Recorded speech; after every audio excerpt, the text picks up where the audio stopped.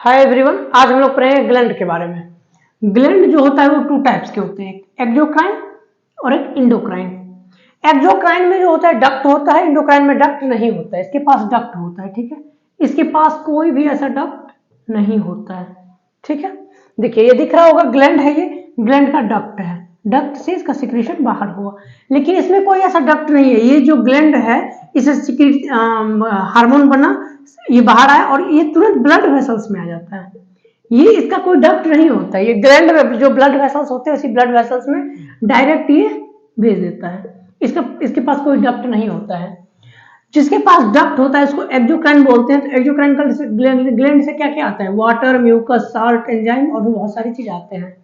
और इंडोक्राइन से हार्मोन्स, जितने भी बॉडी में हार्मोन्स आते हैं वो इंडोक्राइन से आते हैं, याद रखिएगा।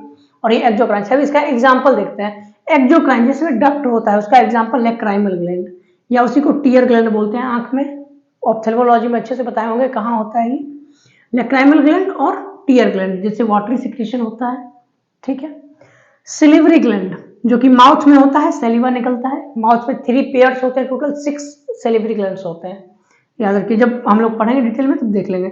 लीवर हो गया, लीवर के बारे में अच्छे से पढ़ चुके। गैस्ट्रिक ग्लैंड जो कि हमारे इंटेस्टाइन में होता है, ठीक है। बर्नर्स ग्लैंड ड्यूडेनम में होता है, ठीक है। बर्नर्स ग्लैंड, ये सारे हैं एक्सोक्राइन ग्लैंड। इंडोक्राइन की बात करते हैं तो हार्मोन सिक्रीट होता है। ग्लैंड का नाम क्या है? Pineal gland. न्यूरोलॉजी में हम लोग पढ़े होंगे। उसका दूसरा नाम है इपीफाइसिस। पिट्यूटरी ग्लैंड जिसका नाम है हाइपोफाइसिस, ठीक है। दोनों पढ़े होंगे, पीनियल ग्लैंड और पिट्यूटरी ग्लैंड। हम लोग ब्रेन के स्ट्रक्चर को देखे होंगे तो वहां पर पढ़े होंगे। हम लोग ब्रेन का स्ट्रक्चर देखे थे तो यहाँ था ना पिट्यूटरी ग्लैंड, और यहाँ पे पीनियल ग्लैंड साइड में था। तो इस जो पूरा दिख रहा होगा, यहाँ थैलेमस था, यहाँ हाइपोथैलेमस। तो जो पूरा दिख रहा होगा उसको बोलते हैं डायनसेफ्लन। डायनसेफ्लन ऐसे समझ लीजिए, ये डायनसेफ्लन है। एक साइड पीनियल ग्लैंड, एक साइड पिट्यूटरी ग्लैंड। एक साइड पीनियल ग्लैंड, एक साइड पिट्यूटरी ग्लैंड। समझ में गया? उसको डायनसेफ्लन बोलते हैं। हाइपोथैलेमस और थैलेमस को मिला के डायनसेफ्लन बोलते हैं। जो पूरा दिख रहा होगा ये पूरा डायनसेफ्लन है। एक साइड पिट्यूटरी ग्लैंड, एक साइड पीनियल ग्लैंड। ब्रेन का स्ट्रक्चर में अच्छे से पढ़ाए होंगे, पिट्यूटरी कहाँ था, पीनियल कहाँ था। तो पूरा जो होता है हाइपोथैलेमस थैलेमस मिला के उसको बोलते हैं डायनसेफ्लन। याद रखिएगा, डायनसेफ्लन। एक साइड पिट्यूटरी, एक साइड पीनियल। समझ में आ गया इतना? पोजीशन वैसे भी हम लोग ब्रेन में देख लिए थे। चलिए, पिट्यूटरी ग्लैंड, इसी का नाम है मास्टर ग्लैंड। मास्टर ग्लैंड, याद रखिएगा। मास्टर ग्लैंड किसका नाम है? पिट्यूटरी ग्लैंड का। Pineal gland, pituitary gland, thyroid gland और पैराथायराइड ग्लैंड, थाइमस और एड्रिनल। ये सारे कौन कौन से हैं? इंडोक्राइन में। Pineal gland, pituitary gland brain में होता है, जो कि अच्छे से देख लीजिए। थायराइड ग्लैंड गले में होता है, यहाँ पे, ठीक है।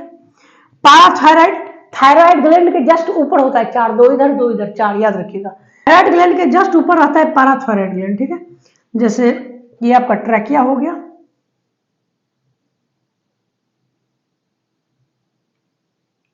ठीक है। ये ग्लैंड है पूरा। तो इसी पे एक यहाँ पे, एक यहाँ पे, ये जो पूरा दिख रहा होगा ये है थायराइड ग्लैंड। इसी पे एक यहाँ, एक यहाँ, एक यहाँ, एक यहाँ होता है पैराथायराइड ग्लैंड, इसी के जस्ट ऊपर, याद रखिएगा, ठीक है। पैराथायराइड। थाइमस कहाँ होता है? थाइमस होता है हमारे जो ये स्टर्नम है, स्टर्नम के जस्ट पीछे। एड्रिनल ग्लैंड किडनी पे होता है। थाइमस ग्लैंड और पीनियल ग्लैंड वो डीजेनरेटिंग होता है, मतलब हमारा जब एज धीरे धीरे बढ़ते जाता है तो ये डिजेनरेट करता है, मतलब ये घटते जाता है। थाइमस ग्लैंड, याद रखिएगा, ये इम्यून से रिलेटेड है। इसीलिए जब एज बढ़ता है तो इम्यून सिस्टम वीक हो जाता है, क्योंकि थाइमस ग्लैंड से आता है थाइमोसिन, जो कि हमारे इम्यूनिटी को बूस्ट करता है। तो जब थाइमस ग्लैंड डिजेनरेट करेगा तो थाइमोसिन कम निकलेगा तो फिर इम्यूनिटी वीक होगा। याद रखिएगा, पीनियल ग्लैंड और थाइमस ग्लैंड ये डिजेनरेटिंग होता है। एट्रोफी बोलते हैं उसको। तो अब देखते हैं एट्रोफी क्या। चलिए अब कुछ टर्म देखते हैं। एट्रोफी ये क्या होता है? एट्रोफी मतलब होता है रिड्यूशन, जैसे घटने वाला, जैसे डिजेनरेटिंग होता है थाइमस और पीनियल ग्लैंड में। जैसे मान लीजिए पहले इसमें 50 सेल है, बाद में 30 हो गया, उसके बाद 20 हो गया, देखिए घट रहा है। तो ये कौन होता है? Thymus gland. ऐसे ही होता है, एज बढ़ने के साथ साथ घटने लगता है। और इसी का जस्ट अपोजिट होता है हाइपरप्लेसिया बोलते हैं उसको। ये होता है ट्यूमर में, कैंसर में, याद रखिएगा। पहले मान लीजिए 10 है, फिर 30 हो गया, फिर 50 हो गया, तो ये क्या होता है, उसका जस्ट अपोजिट, ये बढ़ते रहता है, ठीक है, ये रहता है। ट्यूमर सेल में होता है, कैंसर बोन में, ठीक है।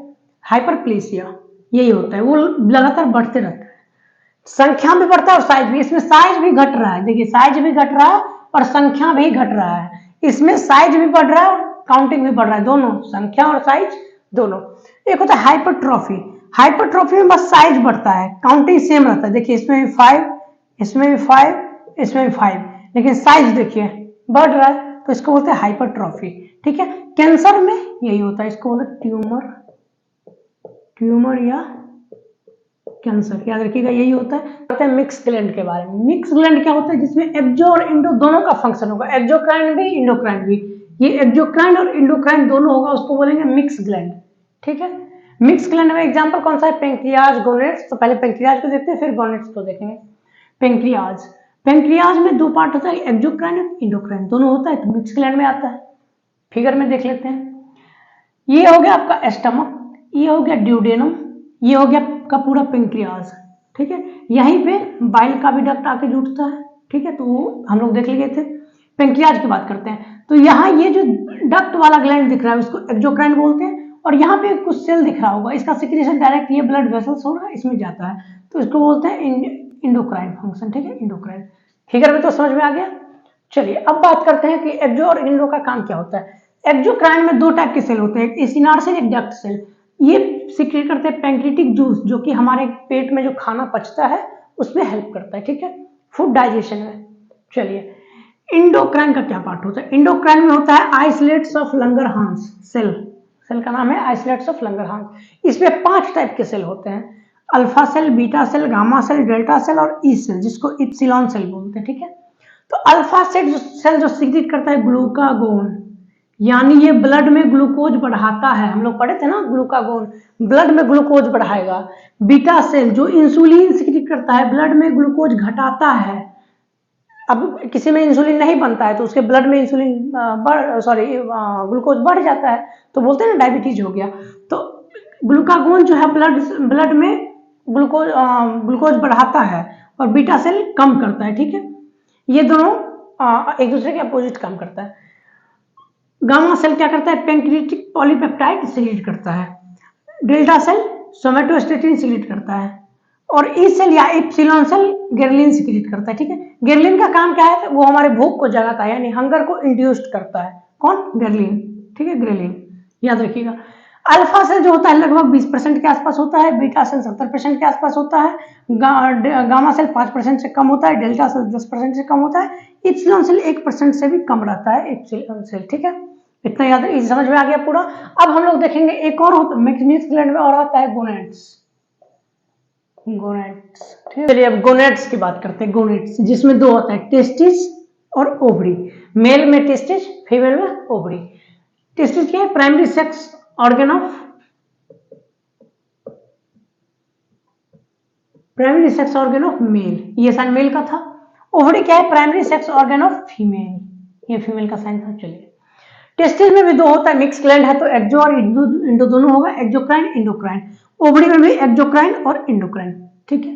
तो अब इसका पार्ट देखते हैं। ये पहले टेस्टिस का फिगर देख लीजिए आप।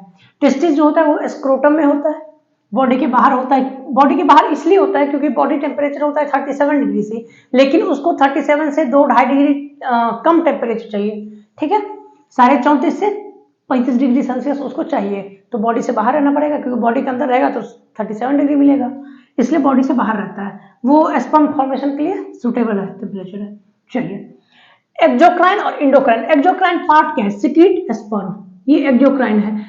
स्पर्म किससे सिक्रीट करता है, मेल जर्म सेल से, मेल जर्म सेल से स्पर्म का फॉर्मेशन होता है। और इंडोक्राइन फंक्शन क्या है, सिक्रीट मेल सेक्स हार्मोन, जैसे लीडिंग सेल टेस्टिस में होता है वो एंड्रोजन सिक्रीट करता है। एंड्रोजन में मेनली होता है टेस्टोस्टेरोन, याद रखिएगा, एंड्रोजन में मेनली होता है टेस्टोस्टेरोन, ठीक है। फिगर देखिए पहले, सबसे बाहर जो डक्ट है उसको बोलते हैं भासा डिफरेंशिया। भासा डिफरेंशिया खुलता है एपिडिडेमिस में, एपिडिडेमिस के बाद आता है भासा डिफरेंशिया, फिर रेटिसिस, फिर रेटिसिस के अंदर टेस्टिकुलर लोब्यूल, उस टेस्टिकुलर लोब्यूल के अंदर 1 से 3, 1, 2 या 3 उसके अंदर होता है सेमिनिफेरस ट्यूब्यूल, ठीक है। ऐसे देखिए टेस्टिस के अंदर पहले होता है सेमिनिफेरस ट्यूब्यूल, उससे बड़ा होता है टेस्टिकुलर लोब्यूल, उसके बाद आता है ये डक्ट खुलता है किसमें, रेटिटेस्टिस, उसके बाद भाषा डिफरेंशिया, इपिडिडमिस, भाषा डिफरेंशिया। इतना समझ में आ गया। इसी सेमिनिफेरस ट्यूब्यूल में होता है आपका वो मेल जर्म सेल, इसी से स्पर्म का फॉर्मेशन होता है। और इसके अंदर एक और सेल होता है जिसको बोलते हैं सर्टोली सेल, जो कि जो स्पर्म बनता है तो उसको न्यूट्रिशन देता है। ठीक है, नाम हम लोग जब डिटेल में पढ़ेंगे तब देखेंगे, अभी किसी का नाम नहीं लिखे, बस ऐसे ही बोल दिए, सुन लीजिएगा। चलिए, और उसके बाहर जो ये सेल दिख रहा होगा इसको बोलते हैं लीडिंग सेल, जो कि एंड्रोजन सिक्रीट करता है। एंड्रोजन हार्मोन कौन, मेनली टेस्टोस्टेरोन। इतना समझ में आ गया। चलिए अब फीमेल की बात करते हैं। फीमेल में एक्जोक्राइन पार्ट में क्या है, सिक्रीट ओवा, ओवा सिक्रीट करना इसका एक्जोक्राइन है। इंडोक्राइन में फीमेल सेक्स हार्मोन सिक्रीट करता है, जिसमें दो सेल ऐसे होते हैं जो सिक्रीट करते हैं। एक होता है ग्राफियन फॉलिकल, एक corpus luteum. Graafian follicle secrete करता है एस्ट्रोजन और कॉर्पस ल्यूटियम करता है प्रोजेस्टेरॉन। ठीक है, अब इसको समझते हैं। ये आपका ओवरी का फिगर हो गया पूरा। ओवरी में बहुत सारा सेल रहता है, ठीक है, जिससे ओवा बनता है। तो ये primary follicle, secondary follicle, tertiary follicle या ग्राफियन फॉलिकल बोलते हैं, और फिर इससे ओवा का फॉर्मेशन होता है। ये जो इसमें इतना खाली स्पेस दिख रहा होगा इसको बोलते हैं एंट्रम। एंट्रम याद रखिएगा, एंट्रम। ठीक है, वैसे हम डिटेल में पढ़ेंगे तो अच्छे से देख लेंगे। इससे ओवा निकल गया, यही ओवा। ये कौन सा हो गया, एक्जोक्राइन पार्ट। जो ओवा निकला इसको बोलते हैं एक्जोक्राइन पार्ट। अब ओवा निकल गया तो तुरंत जो निकला इसको बोलते हैं कॉर्पस हिमोरेजिकम। क्या बोलते हैं, कॉर्पस हिमोरेजिकम। फिर वो टूट जाता है कार्पस ल्यूटियम में चेंज हो जाता है। तो कार्पस ल्यूटियम कौन सा हार्मोन सीक्रेट करता है, प्रोजेस्टेरॉन। थोड़ा बहुत एस्ट्रोजन भी सीक्रेट करता है। और ग्राफियन फॉलिकल, ये जो ग्राफियन फॉलिकल है ये क्या सीक्रेट करता है, एस्ट्रोजन। ठीक है, एस्ट्रोजन। अब मान लीजिए ये ओवा आया, मान लीजिए आता ही है, ओवा आया, और सपोज अब मान लीजिए कि अगर फर्टिलाइजेशन हो गया तो यूट्रस में बच्चा पलने लगेगा, तो ये कॉर्पस ल्यूटियम जिसका ऐसे ही रह जाता है। ठीक है, ऐसे ही रह जाता है और प्रोजेस्टेरॉन 9 मंथ तक सीक्रेट करते रहता है। लेकिन मान लीजिए फर्टिलाइजेशन नहीं होगा, ये बाहर फॉल ऑफ कर गया, बाहर निकल गया, तो ये फिर डिजेनरेट कर जाता है, फिर नया बनता है। ऐसे साइकिल 28 डेज का चलते रहता है। इतना समझ में आ गया। इसमें भी नाम देख लीजिए फिर से, सेमिनिफेरस ट्यूब्यूल, उससे बड़ा होगा टेस्टिकुलर लोब्यूल। याद रखिएगा, सेमिनिफेरस ट्यूब्यूल एक टेस्टिकुलर लोब्यूल में 1 से लेकर के 3 तक सेमिनिफेरस ट्यूब्यूल होगा, और एक टेस्टिस में करीब करीब 250 टेस्टिकुलर लोब्यूल होते हैं। तो 250 टेस्टिकुलर लोब्यूल होते हैं, तो अगर एक में एक हुआ तो 250, और मान लीजिए पूरा फुल हर में 3 रहा तो 750। तो एक टेस्टिस में 250 से लेके 750 तक सेमिनिफेरस ट्यूब्यूल होता है। दोनों में 2 से गुना कर देंगे, और ये टेस्टिकुलर लोब्यूल कितना होता है, 250। ठीक है, समझ में आ गया इतना। इसी सेमिनिफेरस ट्यूब्यूल में स्पर्म का फॉर्मेशन होता है, इसमें सर्टोली सेल होता है जो कि इसको न्यूट्रिशन देता है।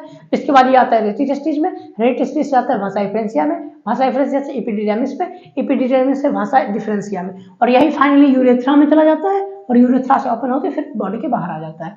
यूरेथ्रा फाइनली बॉडी के बाहर आता है और इजैकुलेशन होता है कपलेशन के दौरान। ठीक है, चलिए, और फीमेल में होता है कि ये ओवा निकला तो यहाँ पे फिर ओविडक्ट होता है। ठीक है, ओविडक्ट, यहाँ पे बहुत सारा फिंगर लाइक प्रोजेक्शन होता है, जिसको बोलते हैं फिम्ब्रिया। इसमें बहुत सारा छेद होता है, ये इसको कलेक्ट कर लेता है। समझ में आ गया इतना। ये हम लोग डिटेल में पढ़ेंगे तो बहुत अच्छे से देख लेंगे। अब बात करते हैं कुछ लार्जेस्ट और स्मॉलेस्ट ग्लैंड को देख लेते हैं। तो लार्जेस्ट ग्लैंड जो होता है आपका, लार्जेस्ट ग्लैंड होता है लीवर। लेकिन लीवर कैसा ग्लैंड है, एक्जोक्राइन। तो इंडोक्राइन में सबसे लार्जेस्ट कौन सा होगा, तो उसका नाम है थायराइड ग्लैंड। थायराइड ग्लैंड, ठीक है, थायराइड ग्लैंड याद रखिएगा। लार्जेस्ट ग्लैंड लीवर, लेकिन एक्जोक्राइन में आ जाता है। तो इंडोक्राइन का सबसे लार्जेस्ट थायराइड। अगर सीधे आपसे पूछेगा कि largest gland of the body, तो लीवर बोलना है। बोलेगा लार्जेस्ट इंडोक्राइन ग्लैंड, तो आपको थायराइड बोलना है। या पूछेगा लार्जेस्ट एक्जोक्राइन ग्लैंड, तो भी लीवर ही होगा। मतलब लार्जेस्ट ग्लैंड या लार्जेस्ट एक्जोक्राइन ग्लैंड पूछेगा तो लीवर बोलेंगे, और लार्जेस्ट इंडोक्राइन ग्लैंड पूछेगा तो थायराइड बोलेंगे। अब स्मॉलेस्ट ग्लैंड भी बोल सकता है। स्मॉलेस्ट ग्लैंड बोलेगा तो आप गॉबलेट सेल बोल सकते हैं, लेकिन वो केवल एक सेल का होता है, यूनिसेलुलर, केवल एक सेल का होता है। सेल छोटा होता है, स्ट्रक्चरल और फंक्शनल यूनिट ही है सेल, तो सेल तो काफी छोटा हो गया। तो आप कहेगा नहीं ग्लैंड का नाम बताइए, तब आप पीनियल ग्लैंड बता सकते हैं, नहीं तो गॉबलेट सेल बोलिएगा। गॉबलेट सेल बोलेगा तो बोलेगा ये तो सेल है। तो अगर आपको बोलेगा कि नहीं ग्लैंड का ही नाम बताइए, तब आप पीनियल ग्लैंड बताइएगा। और लार्जेस्ट ग्लैंड में लीवर, ठीक है, लेकिन एक्जोक्राइन है, इंडो में थायराइड।